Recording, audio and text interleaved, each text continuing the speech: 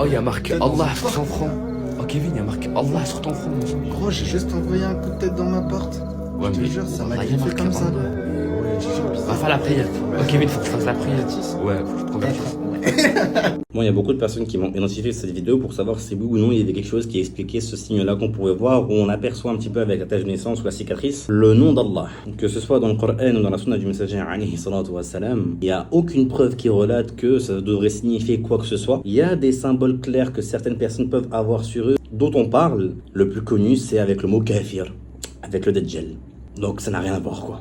Il y a également la trace de la prosternation pour ceux qui font la prière. D'ailleurs, n'oubliez pas qu'en cliquant sur le lien WhatsApp dans la bio de mes réseaux, vous pouvez assister gratuitement ce dimanche 7 septembre à 20h au premier cours de l'Institut Saned, un institut de fiqh maliki. Donc pour ceux qui rejoindront le groupe, activez bien les notifications pour ne pas rater le cours le jour J. Et pour les gens sur YouTube, il suffit simplement de cliquer sur le lien qu'il y a en cliquant sur mon profil. Mais c'est également important de ne pas tout le temps surinterpréter les choses. Vous voulez des signes par rapport à Allah, regardez autour de vous.